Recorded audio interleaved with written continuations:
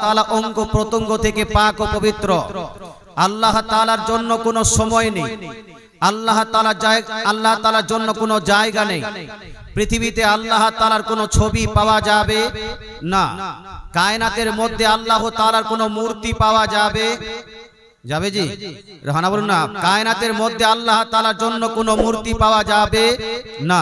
সে নিরাকার আল্লাহ তাআলা, সে নিরাকার রব্বুল আলামিন আমাদেরকে আজকের এই মাহফিলে পার্টিসিপেট করার এবং ইসলামিক আলোচনা শ্রবণ করে আমাদের ইসলামিক জ্ঞানকে বৃদ্ধি করার শক্তি প্রদান করেছেন।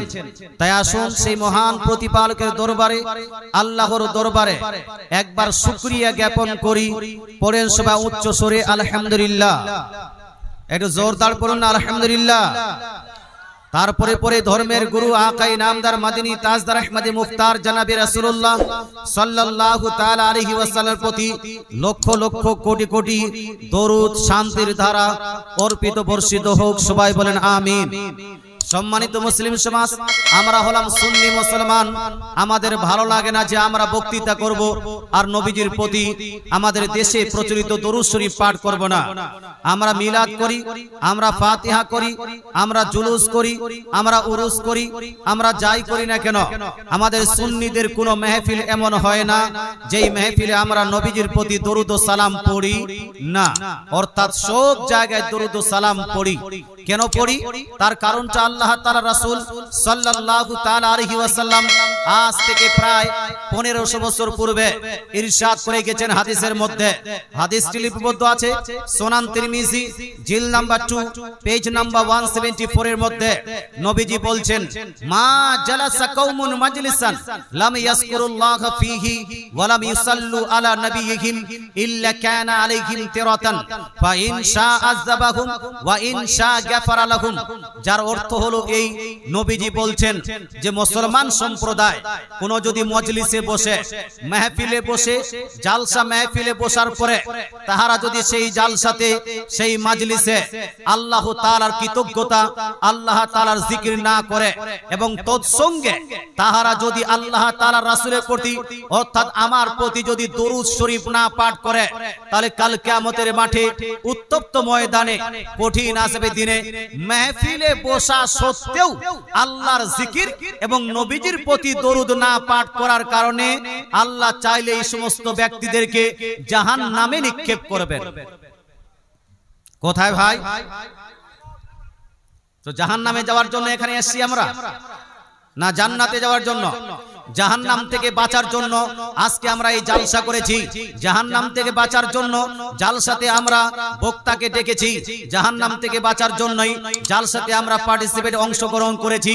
যদি জাহান্নাম থেকে বাঁচতে হয় তাহলে এই মাজলিসে বসে আল্লাহর জিকির করা লাগবে না? লাগবে না? লাগবে। তদ্রূপ আল্লাহর জিকিরের সঙ্গে সঙ্গে নবীজির প্রতি দরুদ ও সালাম লাগবে কি লাগবে না ভাই? লাগবে। যারা মাহফিলে বসার পরেও দরুদ পড়লে নাক ছিটকে পালিয়ে যায়, যারা মাহফিলে বসার পরেও দরুদ শুনলে গান করা বলে আখ্যায়িত করে, যারা এই সুন্নিদের দরুদকে দেখে ব্যঙ্গ করে, ক্রিটিসাইজ করে, তাদেরকে প্রস্তুত থাকা উচিত মরণের পরে জাহান্নাম যাওয়ার জন্য। কারণ রাসূলুল্লাহ বলেছেন, মাহফিল হবে এমন, মুসলমানদের মাহফিল হবে এমন, যেই মাহফিলে অবশ্যই দরুদ ও সালাম থাকবেই থাকবে। মুসলমান দরুদ পড়লাম বা পড়ব, কিন্তু লাভটা কি হবে? What is the advantage? লাভটা কি? ভিউ কি? এক তো জাহান্নাম থেকে বাঁচলাম, নেকিটা কত? আল্লাহ তাআলা রাসূল ইরশাদ করেন, হাদিসটি ইমাম বুখারীর ওস্তাদের ওস্তাদ ইমাম আব্দুর রাজ্জাক মুসান্নাফ আব্দুর রাজ্জাকের মধ্যে উল্লেখ করেছেন। এই হাদিসটি যেটা পড়তে চলেছি, মুসান্নাফ আব্দুর রাজ্জাক জিল নাম্বার 1 পেজ নাম্বার 51 এর মধ্যে।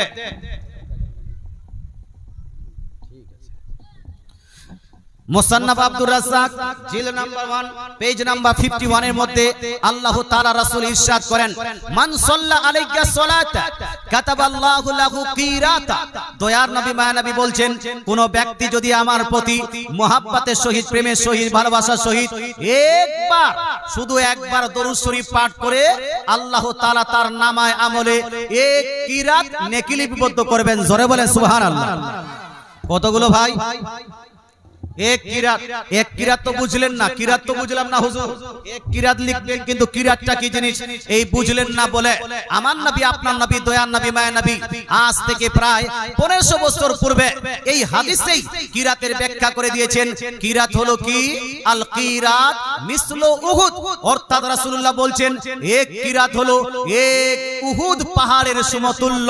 অর্থাৎ কোন ব্যক্তি যদি মহব্বতের সহিত, প্রেমের সহিত, ভালোবাসার সহিত আমার প্রতি একবার মাত্র দরুদ শরীফ পাঠ করে তার নামায় আমলে আল্লাহ তাআলা উহুদ পাহাড় সমতুল্য নেকি লিপিবদ্ধ করবেন। জোরে বলেন সুবহানাল্লাহ। উহুদ পাহাড় কতটা লম্বা চওড়া ভারী, যতটা লম্বা চওড়া ভারী হলো উহুদ পাহাড় ততটাই নামায় আমলে আপনার নেকি লিপিবদ্ধ করা হবে। একটা নেকির জন্য আপনি পরেশানিতে পড়তে পারেন, আপনি সমস্যায় পড়তে পারেন, আপনি মুশকিলে আসতে পারেন। তাই ভাই অফুরন্ত নেকি নেওয়ার জন্য আমার নবীর প্রতি দরুদ পড়ার দরকার আছে না নাই? আছে। শুধু কি এই জালসাতে না, বাড়িতেও দরকার আছে। বাড়িতে শুধু না, আপনার ওই কি বলছে মাঠে ঘাটেও দরকার আছে। মাঠে ঘাটে যদি আপনি দরুদ পড়েন, মাঠে ঘাটেও আপনার বরকত নাজিল হবে, রহমত নাজিল হবে। কে বলেছেন এই কথা?